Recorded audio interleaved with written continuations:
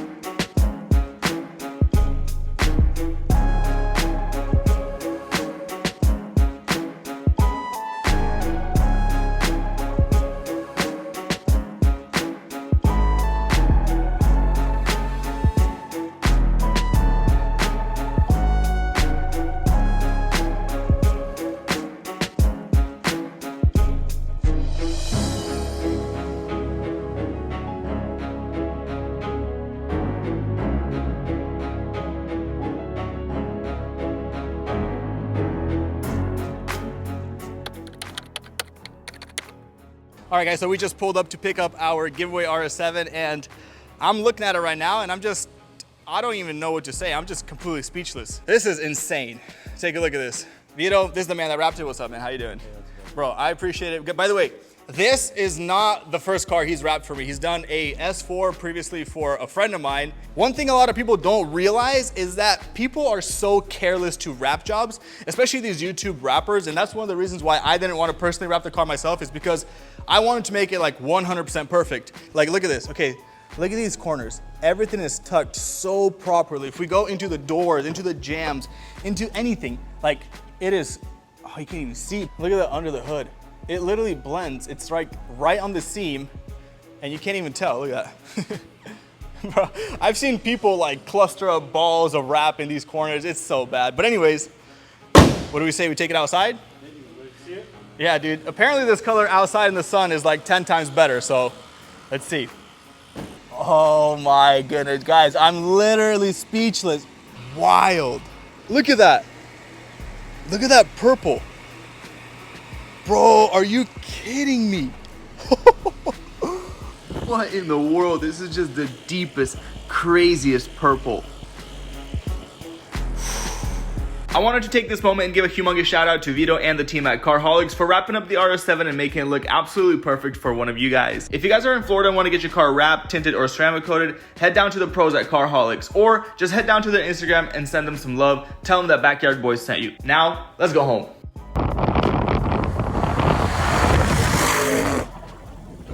The second thing we gotta do to make your basic looking vehicle into a showstopper is get some sort of lowering. We're gonna go with H&R Springs for three main reasons. First, this thing has a DRC, a dynamic ride control system built in by Audi, and Audi spent hours and hours and thousands of hours making that perfect, so I don't wanna excuse it by just getting some coilovers. Number two, H&R Springs are very, very cheap for the exact ride height I want. And number three is that they lower to the ride height specifically that I want. So that's the three reasons we're gonna go with H&R Springs. These are about $300, super easy to install, and you retain all your OEM factory options with the dynamic ride control. So let's get it. Adding lowering springs to your vehicle is not only a beautiful aesthetic mod that makes your car look a heap load better, it is also a little bit performance. When your car gets closer to the ground, you have better handling, better launches, and minor things like that I personally love the feeling once a car gets lower. You just kind of feel tighter on the road. The car currently has factory ride height, factory springs, and we're gonna go ahead and see if we can fix this right here. We gotta see if we can do a little wheel gap delete. So from the ground to the top of the quarter, we are measuring 28.5, just about 28.5 minus. On the rear and up front, we have 28 1/4. And now let's go home and put on the lowering springs and see how much lower we get. Although brand new lowering springs do need a little bit of a break-in period, so they probably will lower like maybe a 1/4 inch more after I put them on and drive them for like 1,000 miles. Ooh-wee.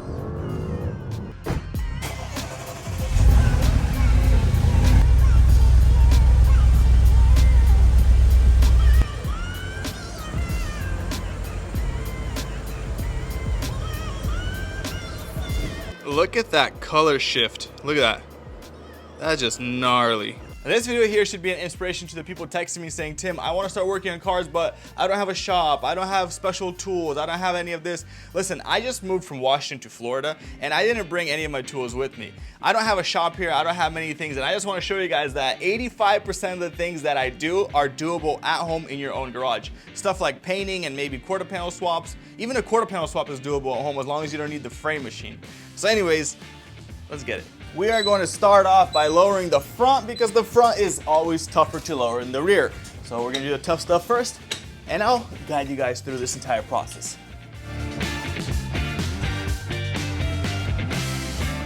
Each spring install is different but very, very similar. The goal is to get this spring swapped out on this factory strut. So here, looks like I got to take off this down here. And since this is a DRC system, there's no way in the world I want to disconnect this. So I'm going to go ahead and probably angle the strut this way, pull off the spring, put it back on, and put it back in. There's a couple of bolts up top, under right here, and it's pretty straightforward and basic. So look at that right there. Let's dive in. And so we dove right in. Being that this was the first time I ever lowered a Rs7, it was quite a difficult task.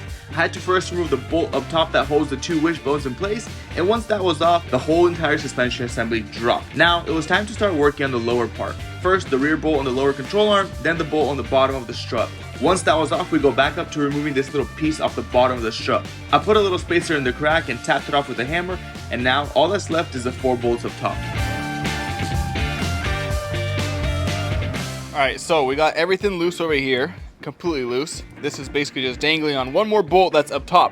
And like I said earlier, I do not want to release these because we're having similar issues with that Nardo Rs7 outside, where I need to pay the dealership $1,000 to refill this. So we're not going to go ahead and release any of those. Take this last bolt off right here, and hopefully I have enough access to actually do what needs to be done.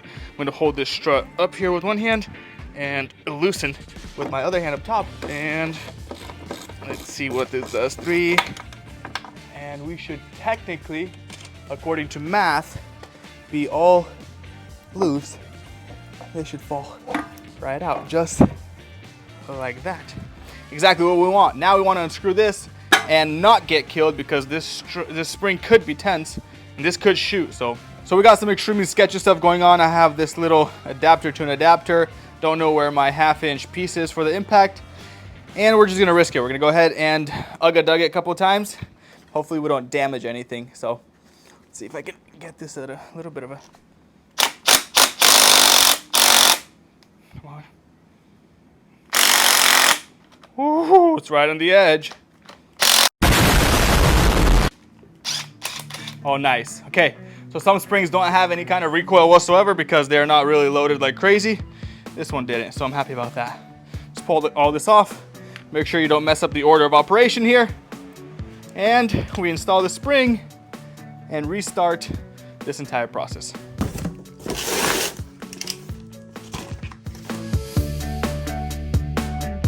This was the first time ever installing springs where I had to switch out the factory bump stop, which actually now makes sense because we're going to be sitting lower. It was a little bit of a struggle figuring out how to remove the old ones and which way to install the new ones, so I had to resort to the web. And although I found it in there, I was still able to figure it out on my own. After that was all settled, it was time to reassemble the shock assembly. Carefully putting everything back into place, I tightened and torqued down the top nut and put the strut back into place. And from here on out, all we had to do was exactly what we did to disassemble everything, but the exact opposite. One word of advice for you guys is to tighten all the suspension components when the suspension is preloaded. Otherwise, you guys will be going through bushings like no tomorrow. So we've got the front all completed, and it looks like it sits just a little bit lower already, but we're not gonna pay attention to that until all 4 springs are on. So the rear should be a ton easier. Let's dive right in. So just like the front, we need to lift the rear. After it's lifted, we need to get a safety jack. Right there, looks like a good spot. Oops.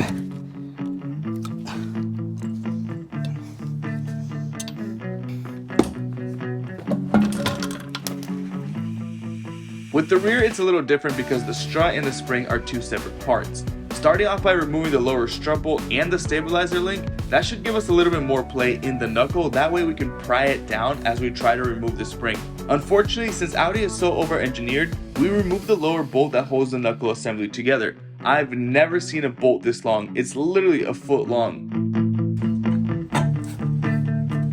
Struggling my way through this, I thought I had removed enough to be able to pry the knuckle down and slide out the spring.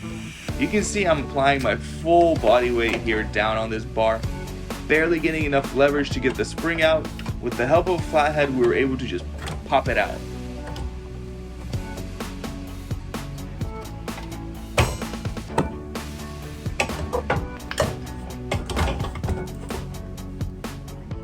We have finally got the spring out, and one thing I underestimated was the complexity of the rear suspension on an Audi Rs7. This is ridiculous. I honestly hate Audi for overcomplicating everything, but I mean, it's kind of the price you pay buying such a car, right? I mean, it's a $120,000 car. Let's go ahead and put the new spring in and get everything reassembled.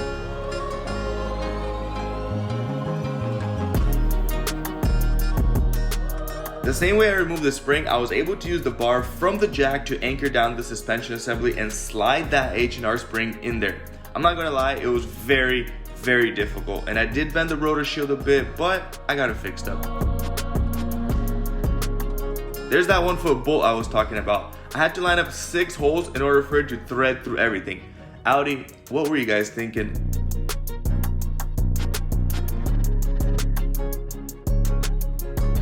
The final thing was to tighten the stabilizer link, which for no reason at all decided to give me trouble. Out of all the springs I've ever installed in my life, this vehicle right here has given me the most difficulties. Wow, was that a hard rear spring install. Usually I look forward to the rear ones because they're so easy. Just usually drop a strut and then just kind of anchor the whole assembly down, pull the spring out, put a new one in. But nope, not on this one. The rear or the front is easier than the rear. Anyways, let's get this thing turned around and finished up the other side.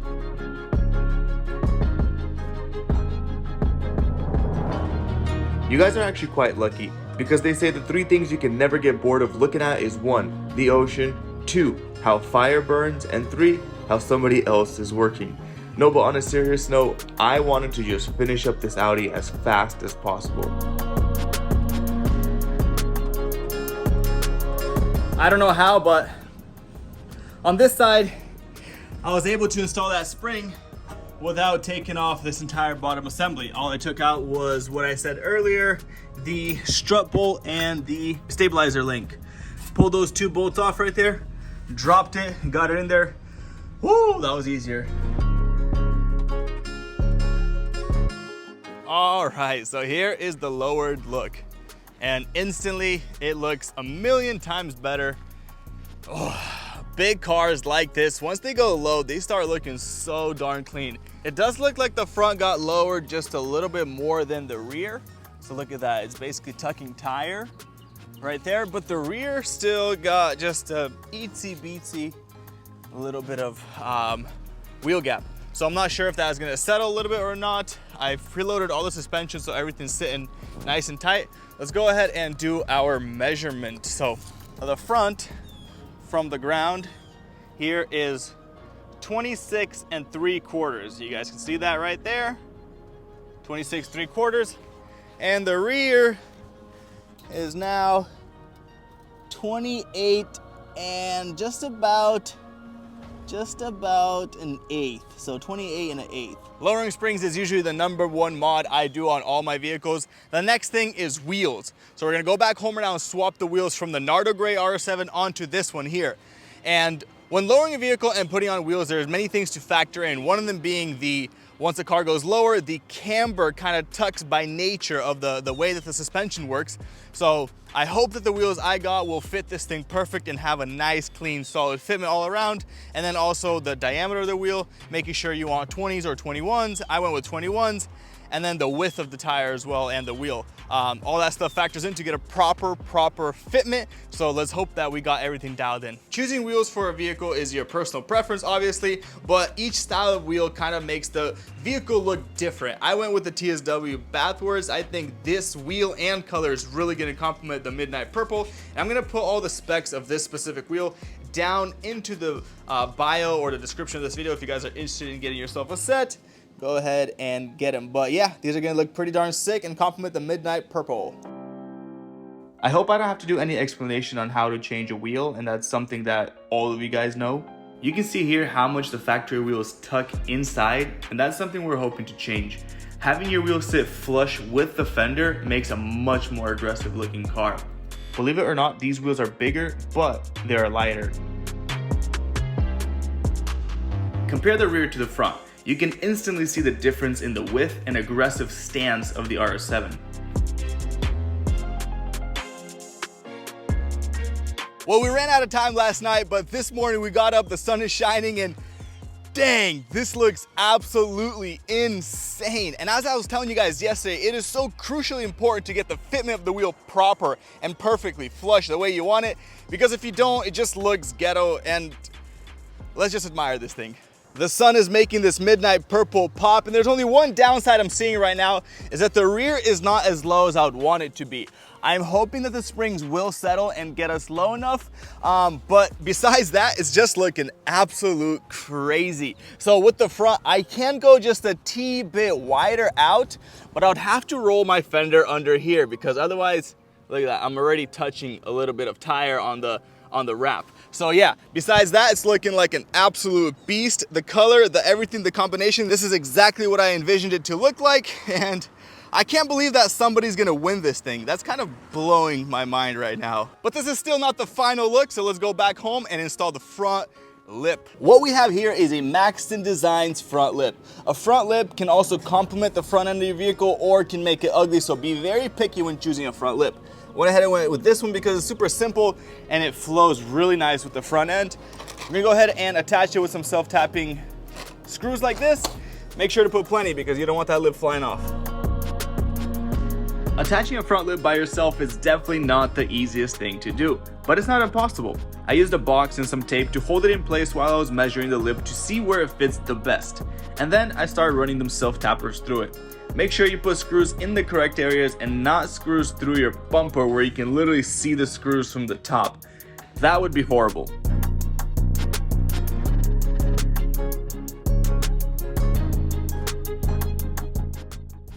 Guys, I have no words right now. I mean, I knew it would look good and I knew it would come together because I had a vision, but not this good. This is just insane. Just look at that front lip, how it just complements the front end and makes everything come together so clean and smooth.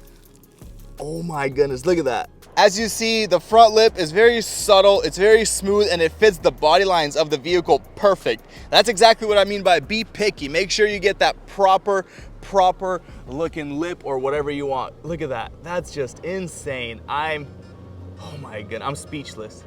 With the sun currently behind the clouds, I wanted to show you guys what this color looks like in like some cloudy weather. It's just absolutely wild. But when the sun comes out, it looks even better. It's just such a deep and rich purple. It's absolutely insane. And I just wanted to go ahead and give one more massive shout out to Carholics for the quality of the wrap. This is just mad. Like guys, I'm not joking around. If you guys are in Florida, head your way down to Sarasota and get your vehicle wrapped. Like these transitions, everything, the tuck on all pieces, is just so beautiful. It literally looks like a paint job. It's not even funny. Look at the color in the sun. It just looks even crazier. I don't know, guys. I don't think I could have picked a better color for the Rs7. I'm very curious, if you guys had this car, what color would you wrap it? Also, I did want to mention that somebody that is subscribed to my Instagram at BYBTim is getting this car for scot-free. Not only is it an opportunity for you guys to support a content creator like me and see insider content of me building these cars or showing you guys some awesome sneak peeks, you might just get a free Rs7 at your front door. That's pretty wild if you ask me. Well, if you guys enjoyed this episode of me turning a basic looking Audi RS7 into a showstopper, please drop a like, smash that subscribe button down below. Don't forget to follow me on Instagram. And one last thing I forgot to mention, that after this video goes live, maybe a day or two after, the subscription price for my Instagram is gonna go up. And guys, if you secure it at $3 or whatever price is currently at right now, then it will always stay at that price. I have people secured it at 99 cents. Don't forget, May 31st is the deadline. Be smart, don't be late. I'll see you guys on the inside. Peace.